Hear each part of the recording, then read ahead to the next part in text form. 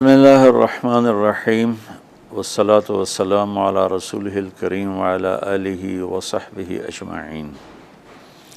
عید کی خوشی ہم کیوں مناتے ہیں؟ پہلے میں یہ تھوڑا سا واضح کر دوں کہ رمضان کا مہینہ اللہ نے پورا ایک ہمارے لیے خوشی کا مہینہ بنایا ہے، جس میں اللہ کی جنت کے دروازے کھول دیے جاتے ہیں، جہنم کے بند کر دیے جاتے ہیں، شیطان قید کر دیے جاتے ہیں، جنت کو روزانہ سجایا جاتا ہے، اللہ کا عرش پہلے آسمان پہ آ جاتا ہے، اللہ کی طرف سے اعلان ہو رہا ہوتا ہے، کوئی بخشش چاہنے والا، کوئی حاجت مانگنے والا، فرض 70 فرضوں کے برابر ہو جاتا ہے اور نفل فرض کے برابر ہو جاتا ہے، اور نفل اور فرض کا فرق اتنا بڑا ہے کہ قیامت تک 2 رکعت نفل پڑھتا رہے تو فرض رکعت کے ایک سجدے کے برابر نہیں۔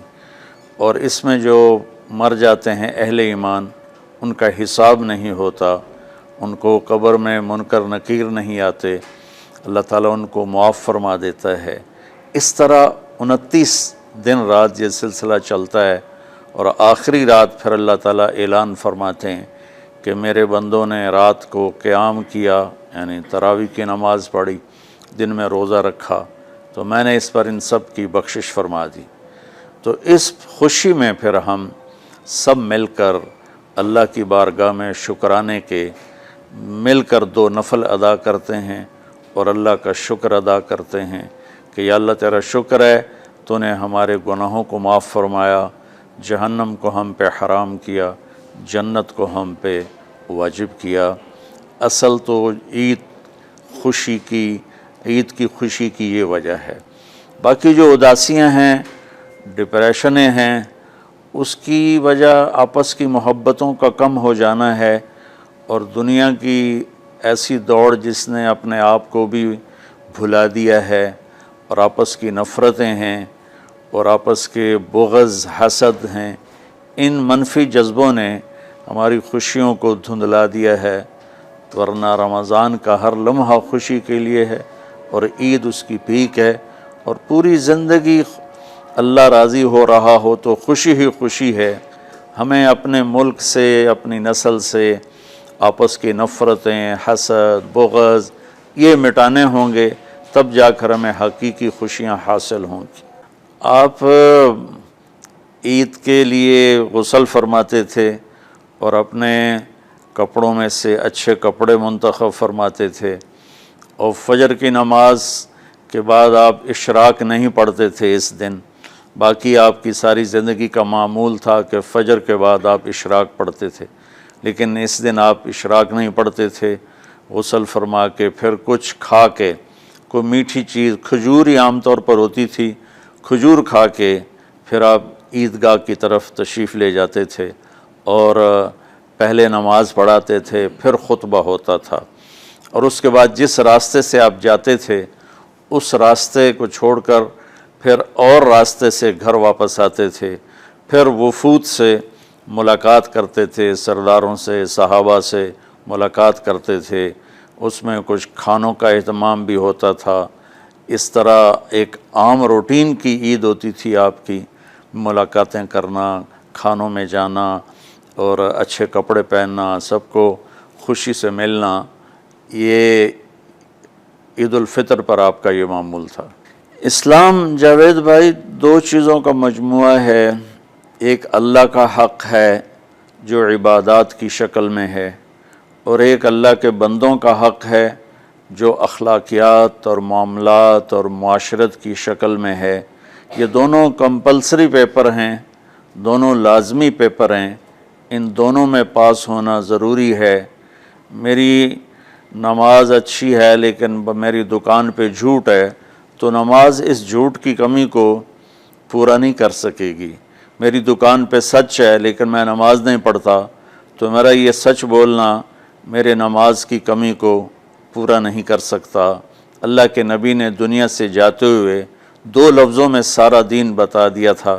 جب آپ کے جانے کا وقت قریب تھا تو آپ 2 لفظ دہرا رہے تھے، الصلاۃ وما ملکت ایمانکم، میری امت میرے بعد ایک نماز نہ چھوڑنا، اور ایک امت کے غریب مسکین لوگوں سے، نوکر غلاموں سے اچھا سلوک کرنا، یہ دو الگ الگ ڈیمانڈ ہیں۔ جیسے پانی پینے سے روٹی کی کمی پوری نہیں ہو سکتی اور روٹی کھانے سے پانی کی کمی پوری نہیں ہو سکتی، یہ دونوں الگ چیزیں ہیں۔ اخلاق کو عبادت کی کمی پر نہیں کر سکتی، اور عبادت کی کمی اخلاق کو اور اخلاق کی کمی کو عبادت پورا نہیں کر سکتی۔ ان دونوں چیزوں میں پاس ہونا ضروری ہے، تب جا کر ایک معتدل معاشرہ وجود میں آتا ہے۔ پوری امت اس چیز کا شکار ہے، چونکہ جب بددیانتی اور جھوٹ اور ظلم عام ہو جاتا ہے تو پھر اس میں پورا معاشرہ ہی گناہ گار اور مجرم بن جاتا ہے، صرف حکمرانوں کی بات نہیں رہتی۔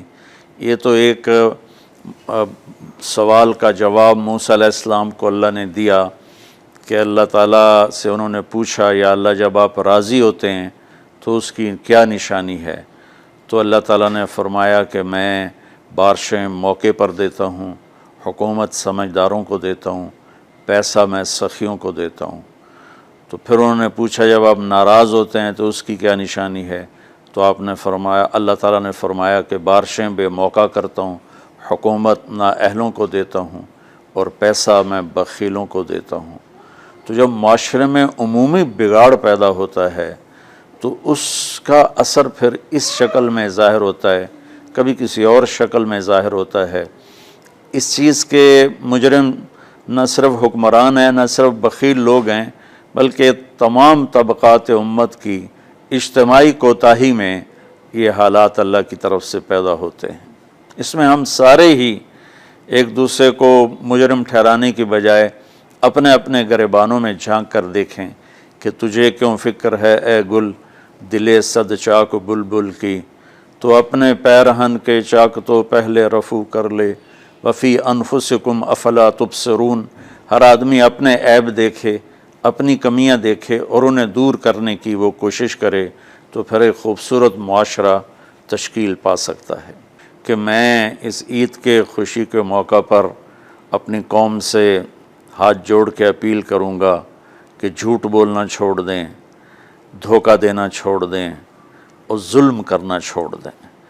مذہبی نفرت نے ہمیں تباہ کر دیا، سیاسی نفرت نے ہمیں تباہ کر دیا، صوبائی قومی نفرت نے ہمیں تباہ کر دیا، آپس کی رنجشوں کی نفرت نے ہمیں تباہ کر دیا۔ میں ساری قوم کے سامنے جھولی پھیلا کر چاروں صوبوں کے رہنے والوں سے اور ہر مکتب فکر سے متعلق اہل ایمان سے یہ درخواست کرتا ہوں کہ آئیں ہم سچائی کو اپنا ساتھی بنائیں اور دیانتداری سے اپنے آپ کو آراستہ کریں اور انصاف کا ساتھ دیں، نہ ظالم بنیں نہ ظالم کا ساتھ دیں۔ ایک حدیث سنا کے بات ختم کرتے ہیں۔ میرے نبی وضو فرما رہے تھے تو صحابہ آپ کے وضو کا پانی گرنے نہیں دے رہے تھے، نیچے سے لے کر کوئی پی رہا تھا، کوئی منہ پہ مل رہا تھا۔